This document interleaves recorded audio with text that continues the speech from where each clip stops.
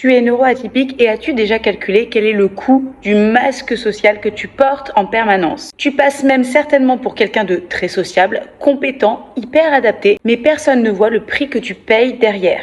Pour beaucoup de neuroatypiques, TDAH, TSA, HPI, personnes avec une hypersensibilité très prononcée, le quotidien ressemble à une pièce de théâtre permanente. Sourire tout le temps quand tu es épuisé, regarder en permanence les autres dans les yeux, contrôler tes mouvements, répéter mentalement, calibrer en permanence comment tu dois te positionner, ce que tu vas dire, observer intuitivement les autres pour repérer les codes sociaux. De l'extérieur, tout semble facile et c'est a priori naturel de faire cela. À l'intérieur, pour un neuroatypique, c'est une consommation d'énergie énorme.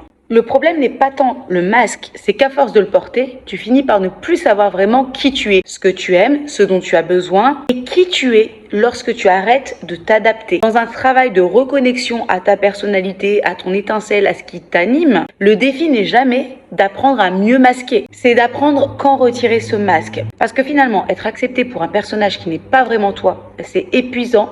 Être accepté pour soi-même, c'est libérateur. Et toi, as-tu l'impression de devoir jouer un personnage pour être accepté? Dis-moi tout en commentaire.